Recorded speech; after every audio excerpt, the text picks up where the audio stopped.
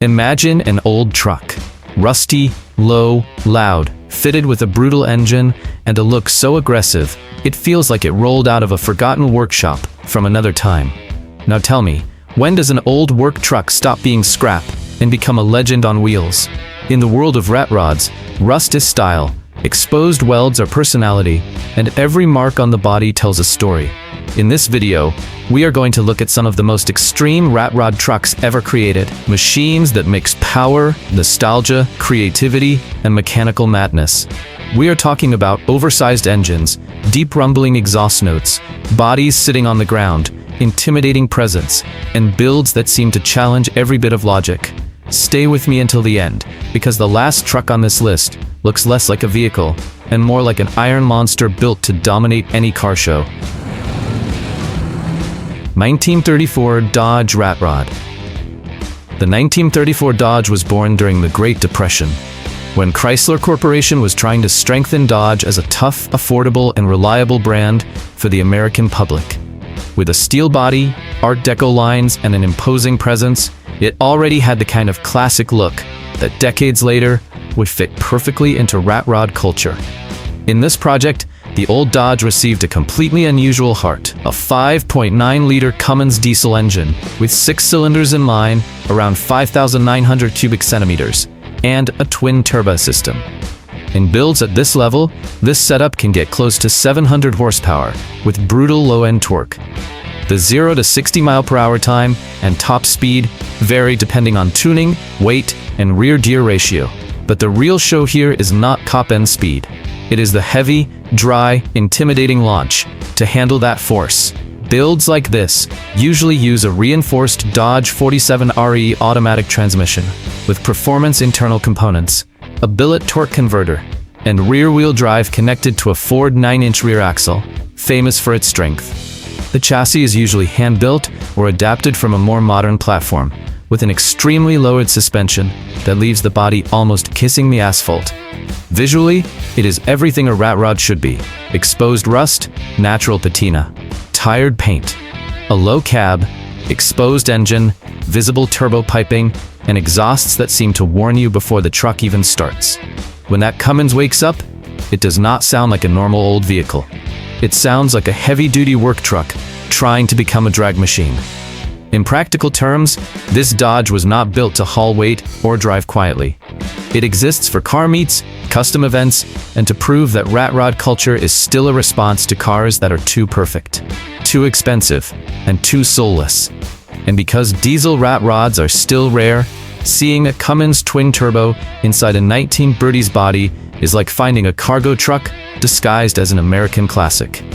If this Dodge already starts the list with rust, torque, and insanity, the next one proves that this style can still be pushed to an even more brutal level. 1956 Diamond T Reo. The 1956 Diamond T carries serious history. Diamond T was founded in Chicago in 1905 by C.A. Tilt and became famous for its refined finish and toughness, so much so that it earned the nickname the Cadillac of trucks. Reo came from Lansing, Michigan, created by Ransom E. Olds, the same name behind Oldsmobile. The union between Diamond T and Reo would only happen in 1967, but this project blends that heritage into a rat rod semi-truck with an absurd presence. Mechanically, Diamond T trucks from the 1950s could receive Hercules, Cummins, Detroit diesel, and Caterpillar engines. In custom builds from this generation, a very fitting setup is the Cummins C-Series 8.3-liter diesel with 6 cylinders in line, around 8,300 cubic centimeters, and approximately 250 horsepower, with a 4-speed automatic transmission and a 3-speed Browning auxiliary transmission. The setup has enough force to move this giant and can push the truck close to 68 miles per hour.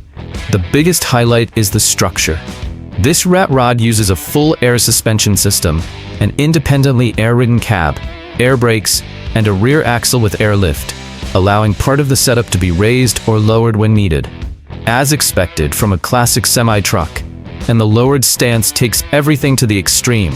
The front bumper sits less than 1 inch from the ground, practically scraping the asphalt.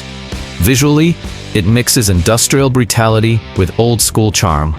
The rounded 1950s cab, preserved patina, lack of excessive shine, exposed metal, and huge proportions make this Diamond T look like a street locomotive. It is the kind of truck that does not need to accelerate to get attention. It just needs to park and let its presence do the talking. And there is historical weight behind this model. In 1956, founder C.A. Tilt passed away right when negotiations began that would eventually take Diamond T to White Motor Company. In other words, this truck represents one of the final chapters of the brand before it lost its original identity. It stopped being just an old semi-truck and became a living piece of American history on wheels. And if this giant is already impressive standing still, the next one shows that rat rod style can become even more provocative. GMC C7000 Topkick. The GMC C7000 Topkick was born as a heavy-duty work truck from General Motors. Inside the medium-duty line that began in 1980 and officially adopted the Topkick name in the second generation in 1990. It was a Class 7 truck, built for industrial service, heavy hauling, maintenance work, dump truck duty, and lift platforms. In other words, before becoming a rat rod, it was a raw tool for serious work. The project, known as Gone Deaf, was created by custom builder David Kirk, and the nickname already explains the idea. It is a play on Gone Deaf, a direct reference to the aggressive sound of the diesel engine. In builds like this, a common conversion uses a Caterpillar 3208T 10.4-liter diesel engine with 8 cylinders in V formation and around 10,400 cubic centimeters, delivering approximately 210 horsepower and a lot of low-end torque. The 0 to 60 miles per hour time is not the focus here, because this monster was built more for impact, smoke, and presence than for sports car acceleration. The transmission usually follows the school of real trucks, with a 6-speed Eaton Fuller manual gearbox, long ratios, and a heavy-duty feel, working with rear-wheel drive and a dually setup, with dual rear wheels to better distribute weight and improve stability. The original C7000 chassis was shortened, reinforced, and drastically lowered, creating the absurd effect of an industrial truck sitting practically glued to the ground. Visually, Gone Deaf looks like a construction machine that went to a junkyard garage and came out ready to dominate a car meet.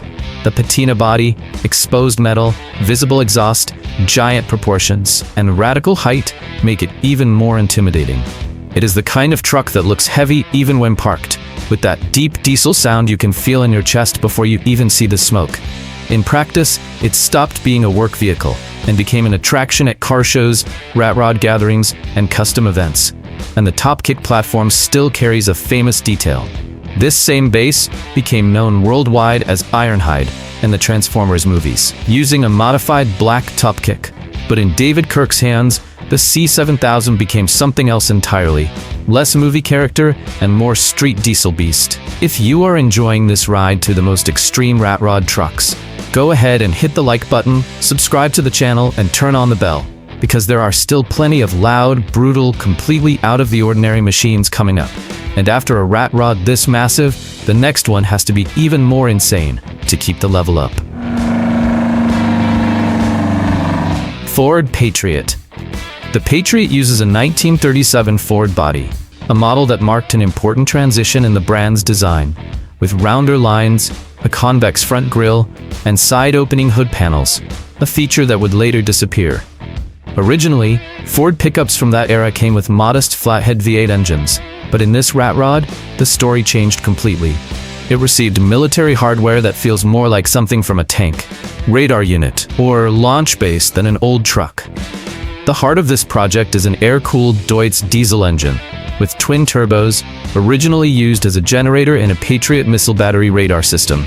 It has approximately 12.8 liters, or 780 cubic inches, with 380 horsepower, and around 1,300 pound-feet of torque. It is a 6-cylinder inline engine, with no radiator and no coolant, designed to work in extreme cold, heat, and heavy military use. The transmission is a turbo 400 3-speed automatic, with a manual valve body, making the shifts firmer and more aggressive. The throttle control is a detail of its own. Instead of a normal pedal, it uses a boat-style throttle lever between the seats, which fits perfectly with an engine that was born to work as a stationary generator. The 1937 Ford chassis had to be stretched to fit the huge Deutz, and the rear uses a GM 14-bolt axle with a short 4.10 gear ratio, prioritizing brute force on takeoff. Visually, this rat rod looks like a mix between a pre-war pickup and experimental military equipment.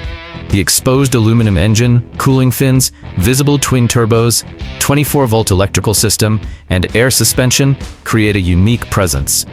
It was built by Audie McGuire from the Auto Clinic in El Paso, Texas, together with Sean and Tony Petta in about 9 months of handmade work. The most impressive part is thinking that Deutz was founded by Nikolaus Otto, the inventor of the 4-stroke engine, and also had historical ties to names like Gottlieb Daimler. In other words, this 1937 Ford carries a piece of modern engineering's origin under the hood, transplanted from an anti-missile system into a rat rod pickup. If the Topkick already looked industrial, the Patriot takes the madness into another territory, a military machine transformed into a street legend. Chevrolet C68 V12 Quad Turbo. The Chevrolet C68 comes from the C60 family, launched by Chevrolet in 1964, one of the most important medium-duty truck lines in Brazilian transportation history. Simple, strong, and cheap to maintain, it helped carry the country for decades. And it was exactly a C68 abandoned for more than 30 years on Elvis Seni's property in Cafelândia, Paraná that became one of the most insane rat rods ever built in Brazil. The heart of this monster is a marine MWM V12 engine, originally made for boats and generators. It has 12 cylinders in V formation, with 4 turbos taken from Scania 112 trucks, generating between 1,000 and 1,100 horsepower. In more recent versions, the project evolved to 6 turbos and around 1,500 horsepower. The spectacle is not the 0 to 60 mph time. It is the absurd torque, the sound, and the brutality. The transmission comes from a Scania bus, with a strong manual gearbox built to handle heavy road torque. The suspension is air-based, using airbags and shock absorbers from modern trucks, along with air brakes and an air-operated clutch. It is rear-wheel drive with a dually rear setup, reinforcing both the massive mechanical package and the wide, heavy, intimidating look of the rat rod style. Visually, this C68 looks like it rolled out of a Brazilian post-apocalyptic movie. The front bumper looks like a locomotive cowcatcher. The rear is lowered, the engine is exposed, and the vertical exhaust stacks rise in front of the cab. Everything was handmade by Elvis himself, who works in earth-moving and used his experience with heavy machinery to turn scrap into a rolling work of art. The most impressive thing is that this project was born without a manual, without a large team, and without a rat rod culture as structured as the one in the United States. It was a Brazilian truck headed for the scrapyard, combined with a boat engine sitting in a shed, becoming a source of national pride after its major exposure in 2018. This C68 shows that automotive madness also speaks Portuguese, smells like diesel, and has enough force to put Brazil on the map of extreme rat rods. And if a Brazilian truck with a marine engine already sounds impossible, the next one proves there is still room for even more exaggeration on this list. Peterbilt Overkill. The Peterbilt 359 is one of the most iconic trucks in American history, produced between 1967 and 1987. It became a symbol of independent truckers, with its long hood, classic cab, and strong presence on the highways. The 1984 example used by Jim Muncie from Ohio belongs to the final years of that golden era, before the 359 left production and became a legend among collectors. The most important detail about Overkill is that almost everything was customized in just 5 months, except the original engine. The heart of the project is a Cummins 8555 cubic inch diesel, approximately 14 liters, with 6 cylinders in mind, mechanical and free of complicated electronics. This type of engine became famous for durability, low-end torque, and the ability to cross millions of miles pulling heavy loads. It delivers less refinement and much more raw presence. The typical transmission for this Peterbilt is a 13-speed Eaton Fuller manual gearbox, built for heavy work and total control on the road.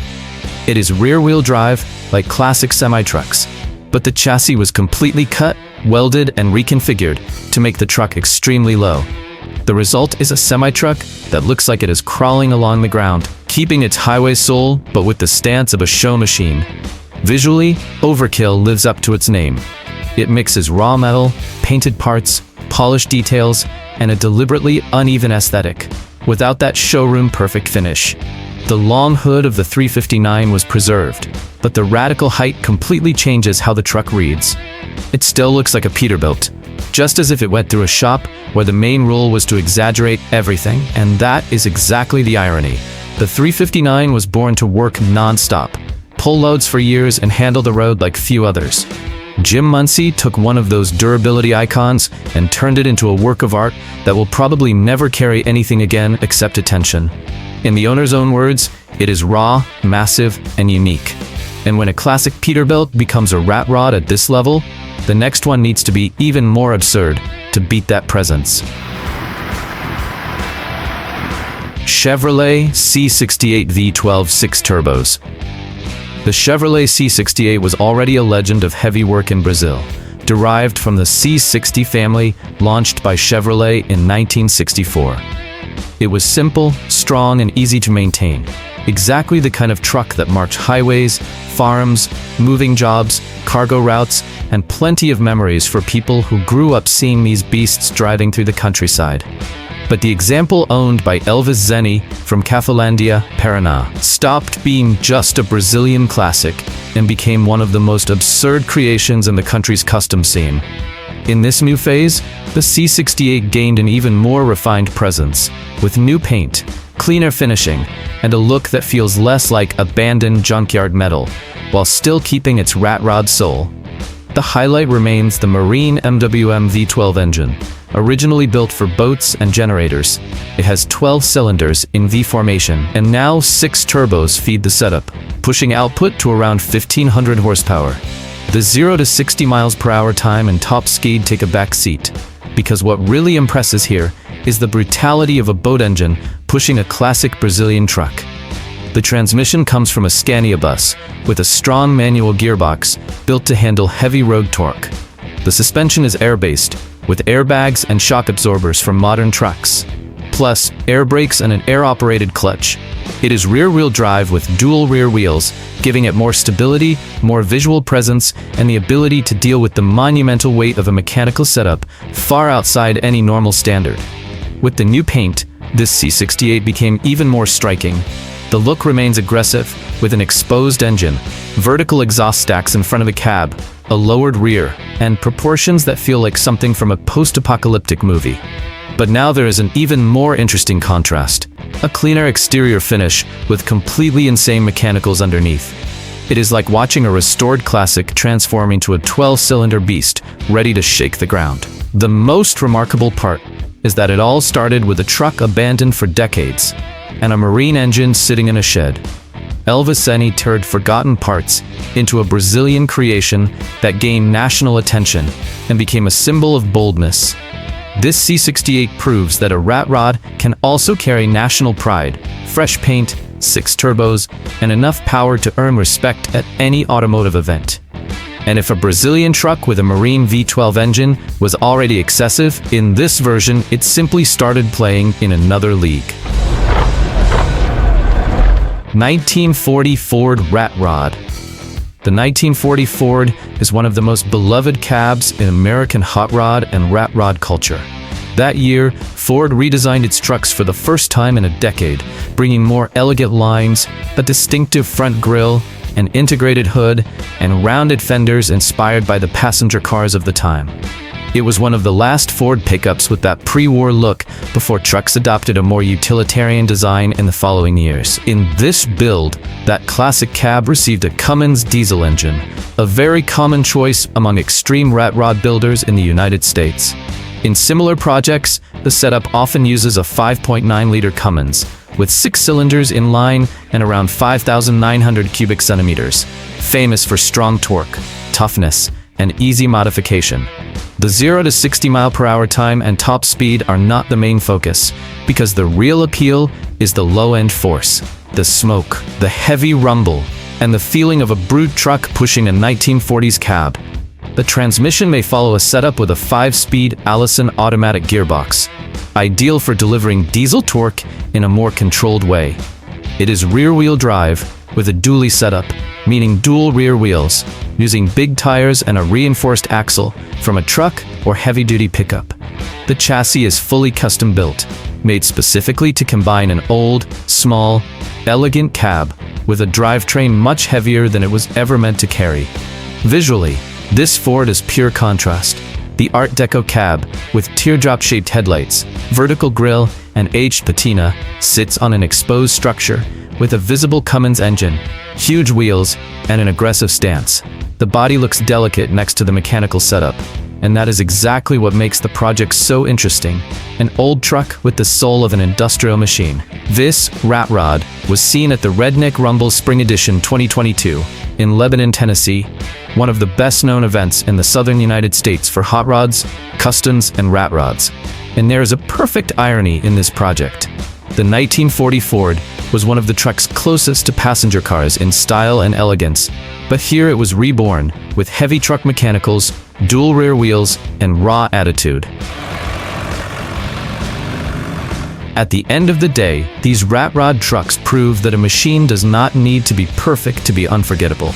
We saw an old Dodge with a Cummins Twin Turbo, a lowered semi-truck sitting almost on the ground, a diesel Topkick with movie-like presence, a military Ford with a Deutz engine from a Patriot system, a classic Peterbilt turned into a raw work of art, a 1940 Ford with the soul of a heavy-duty truck, and even a Brazilian Chevrolet C68 with a Marine V12 and 6 turbos, proving that creativity on wheels has no borders. These trucks are not just custom vehicles, they are pieces of history, work, rust, handmade engineering, and boldness transformed into street legends. Every exposed weld, every visible engine, and every deep rumble carries a mix of nostalgia and madness that only true machine lovers can understand. Which one of these rat rod trucks would you put in your garage just to start the engine and listen to the sound? Which one surprised you the most because of its look or its power? And in your opinion, should Brazil have more extreme projects like Elvis Zeni's Chevrolet C68? If you enjoy this kind of content, go ahead and hit the like button, subscribe to the channel, and turn on the bell, because that helps the channel grow a lot. YouTube understands that this content is relevant and shows the video to more people who also enjoy trucks, old engines, wild builds, and machines that are completely out of the ordinary. Stay tuned, because every week there is a new video about incredible vehicles, extreme builds, and machines that marked an era. I'll see you in the next video.